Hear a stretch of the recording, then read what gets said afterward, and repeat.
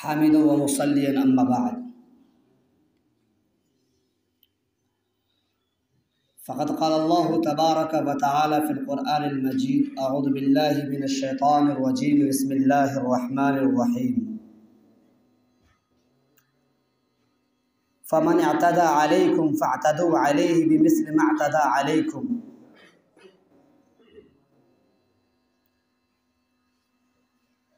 وقال في موضع آخر ولكم في القصاص حياة یا اولی الالباب۔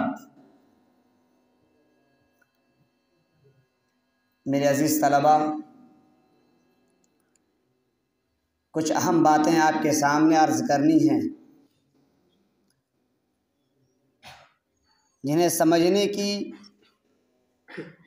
اور ان باتوں کو یاد کرتے ہوئے ان باتوں کو ذہن میں محفوظ رکھتے ہوئے اپنے قدم کو آگے بڑھانے کی ضرورت ہے۔ موجودہ حالات کے تناظر میں جبکہ پورا بھارت جل رہا ہے، یہاں کی تہذیب مٹ رہی ہے، یہاں کے بسنے والے انسان بدون کسی تفریق مذہب کے ایک سلگتی ہوئی آگ میں جل رہا ہے، اور ان تمام کے پیچھے ایک